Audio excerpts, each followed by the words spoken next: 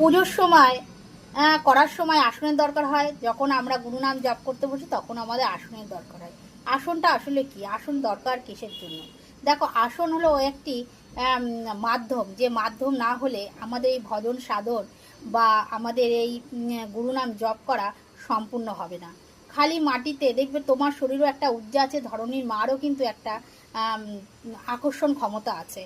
তুমি যেটা ভজন সাধন করে তুমি তোমার শরীরে যেটা ধারণ করতে চাচ্ছ, তুমি যদি খালি মাটিতে বসো তাহলে সেই ধরনী মা তোমার সেই জিনিসটা আকর্ষণ করে নিয়ে নেবে।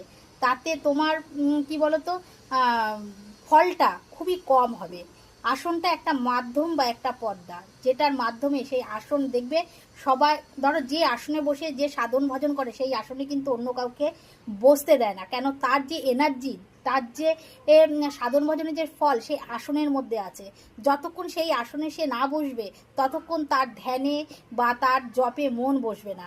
তাই আসনটা আমাদের জীবনে খুবই দরকার, আর আসন শুদ্ধিকরণেরও খুব দরকার। তাই জন্য যখনই তোমরা জপে বসবে বা পুজোতে বসবে সেই আসনটা অবশ্যই পেতে বসবে। আসন ছাড়া কোনো পুজো বা কোনো জপ তপ কোনো কিছুই সম্পন্ন হয় না।